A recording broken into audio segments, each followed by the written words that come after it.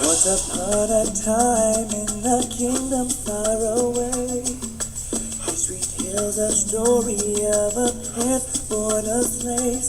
In a time when sorrow filled the air from Pharaoh's death decree, his mother gave him to the river to find his destiny.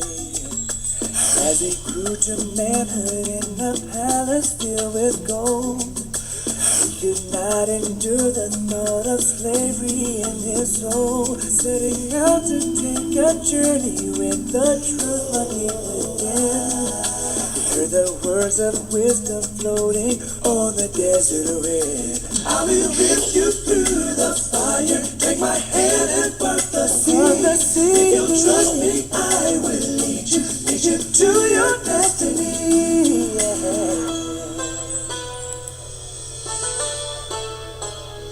Listen, with his magic staff put the power in his hands, so he set his people free to lead them to a better land. Though trouble seemed to follow and pursue to the end, he found the strength he needed when he heard the words again. I will lift you through the fire, take my hand and part the sea. Yes, I will. If you'll trust me, I will lead you to your destiny. Waiting out the clouds, the sun is shining. Oh, he will set my people free. If you'll trust me, I will lead you to your destiny. Don't be deceived. This is more than just a story. If you believe, heaven awaits you in all its glory. When the others act against you and you're tempted with dismay, like the prince who heard the calling, you can hear him say, I will get you through the fire, take my hand and part the sea.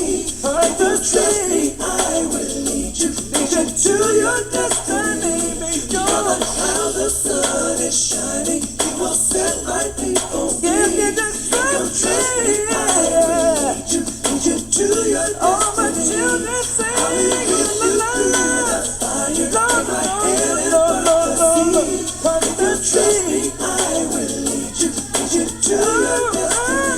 Beyond the clouds, the sun is shining. He will set my people free.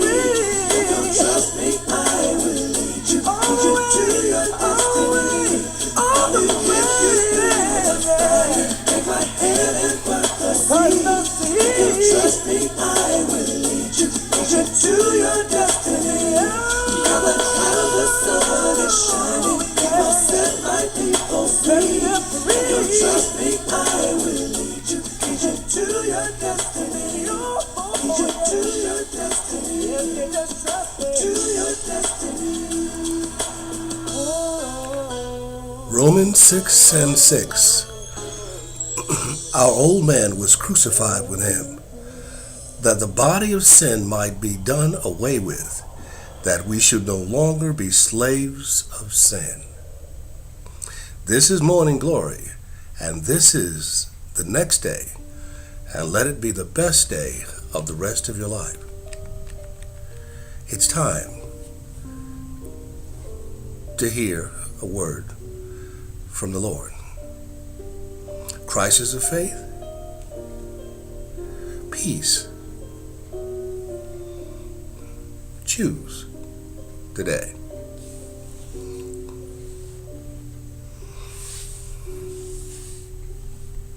Call a friend. It's time. We'll be right back.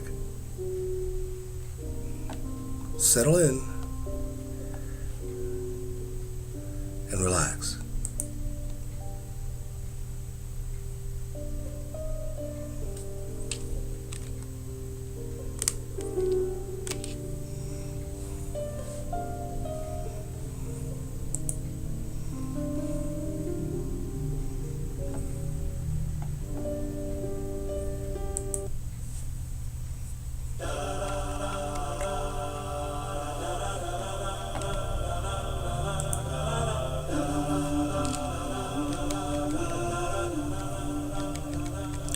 Romans 6 and 6 provides.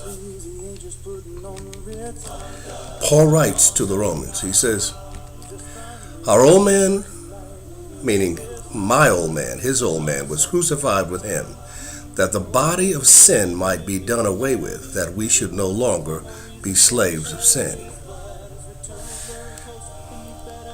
Many folks go to churches, physical buildings, or congregations, and would never obviously sin. But all sin is sin. What did Paul mean to be crucified with Christ? And would God ever ask us to do something that was not possible to be accomplished? Have you made the decision about sin, that it must be completely killed? Most of you would say yes. Well, many would in any event. And then we'd take a look at our lives to see whether or not we were fornicating or drugs or otherwise hurting others. But what of the sins of the heart, the subtle foxes that we continue to allow in our lives because they don't seem to matter much? But they do matter much, you see. Sin must be completely killed in us. And we can't quite do it, but we can submit ourselves to God who is able to do it. It takes a long time to come to the point making the complete and effective decision about sin for most folks. They may have spoke the words in Romans 10:9. Confess with your mouth and believe with your heart that Jesus Christ is Lord, and you shall be saved. But did you notice something here? Look carefully. The letter to the Romans was written as one letter. We call it the book of Romans, or the epistle, or the letter of Rome to Rome. And as with any letter, it is read from the top to the bottom. So paragraph 1 would be Romans 1. Paragraph 2 would be Romans 2. Paragraph 3 would be Romans 3. Paragraph 4, Romans 4. Paragraph 5, Romans 5. Paragraph 6, Romans 6. And on and on. When we read a letter, we don't skip sections and go to, for example, the 10th paragraph. But we read it from the top to the bottom.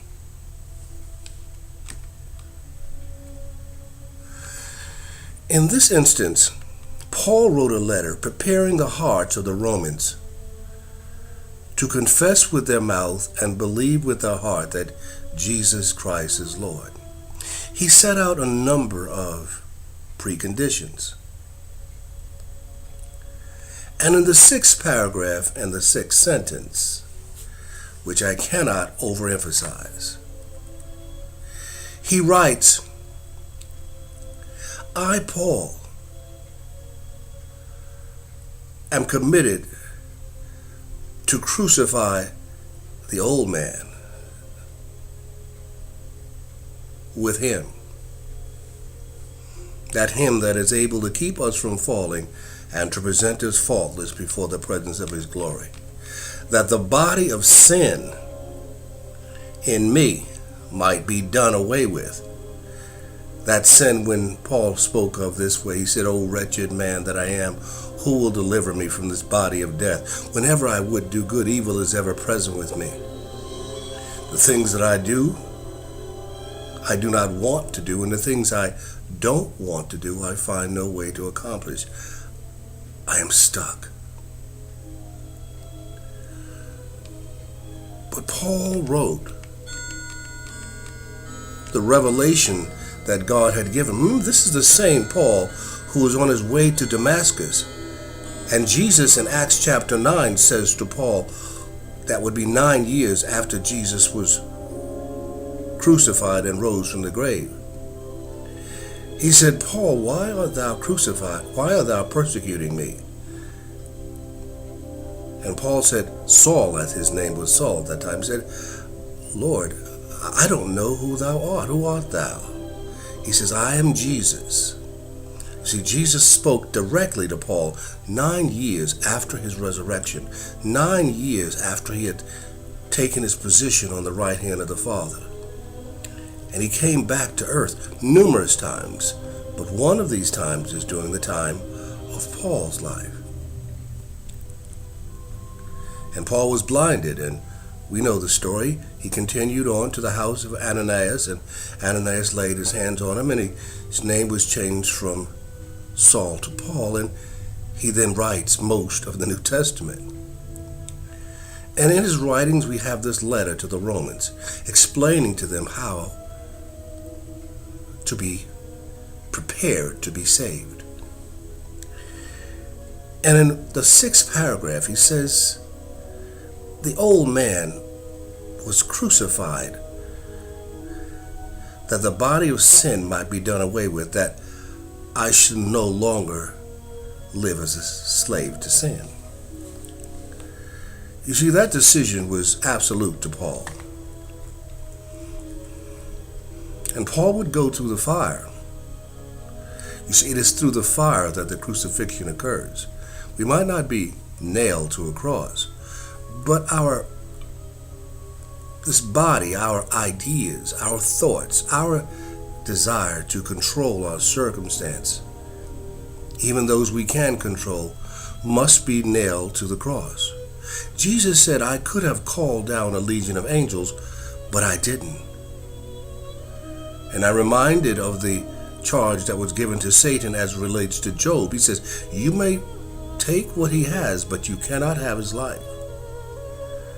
And when Job stayed the course, everything that he has lost would return to him more than sevenfold. Crucified with Christ, indeed.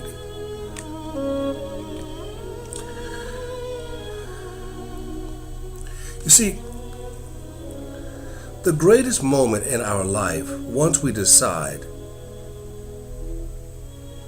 that sin must die, not simply be restrained or suppressed or medicated or counteracted, but crucified. Just as Jesus Christ died for the sin of the world, is awaiting each of us. No one can bring anyone else to this decision. No one can force anyone else to this decision. Each of us has our own cross to bear. We may be mentally and spiritually convinced, but what we need to do is actually make the decision that Paul urges to do in this passage. Our salvation is dependent upon this. You see, does anyone seriously think that Christ will permit sin to enter into the next life of a newborn Christian? See, pull yourself up. Take some time alone with God in worship, that 15 minutes that we take, and we say, Lord, I am not asking you to give me anything. I just want to spend time with you. I want more than to know what you would do in the circumstances. I want to see you. I want to behold you as in a mirror, the image of you, Lord, as transformed as I am being transformed into that very same image from glory to glory.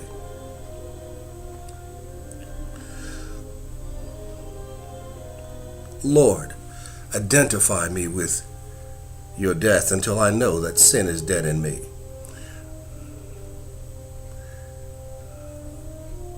And then hold on. For God will give you a peace in the midst of the fire and of the flames and of the storm. See, Paul didn't speak here of some divine future expectation on his part, but he spoke of the radical now, the now that God is. Are you prepared to be led by the Spirit of God completely to your cross, through the fire of your circumstances, until you see the very thing that you're struggling with, the thing that creates the hole in your bucket, that's got you wavering, that's got you stressing, is really sin? And our desire to hold on to a little bit of control, to medicate our circumstances.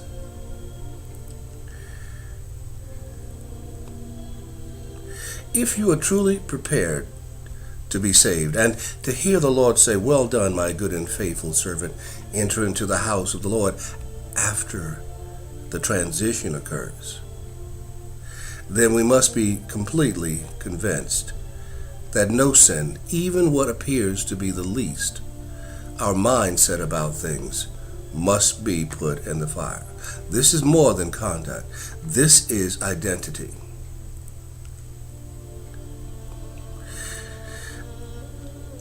The opportunity to enter into the death that Christ entered into and to live as Christ lived is a privilege, offered to many but only chosen by few.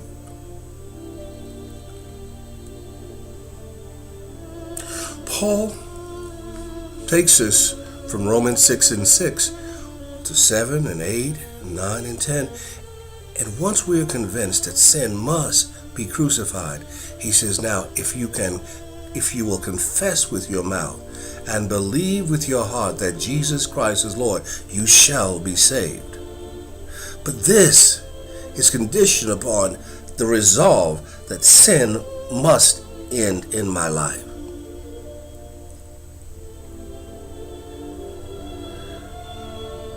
Paul did this,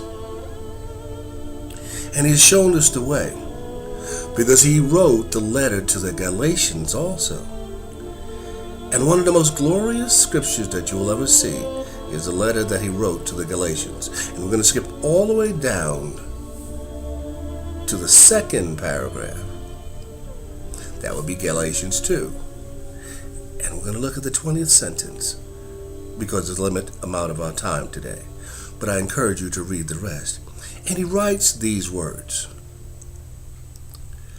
I have been crucified with Christ. It is no longer I who live, but Christ lives in me.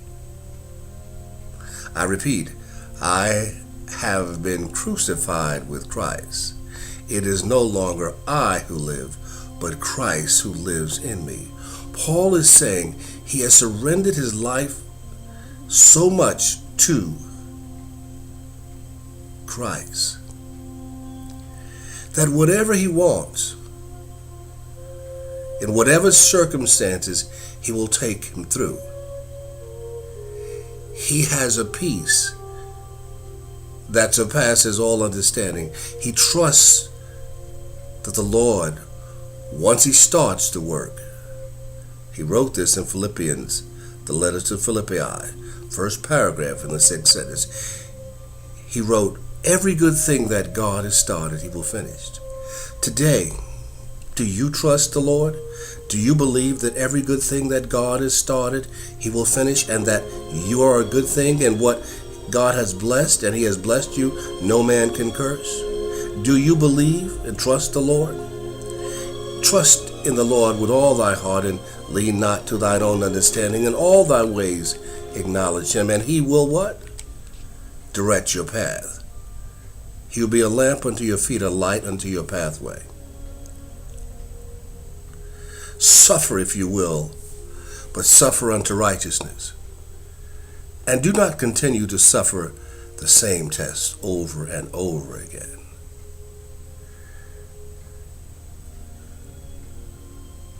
Peace. There is a peace that surpasses all understanding, even in the midst of a crisis of faith. Today, proclaim, I have been crucified with Christ. My old man was crucified with him that the body of sin might be done away with me, that I should no longer be slave to sin. Lord, have your way, that I may proclaim as Paul did, I have been crucified with you, and will no longer do I live, but you live in me. Is this the call upon your life? Is this your desire? Your salvation depends on it. This is Pastor Joe, and this has been Morning Glory. Tell somebody, and we'll see you tomorrow at 7:45. Bye-bye.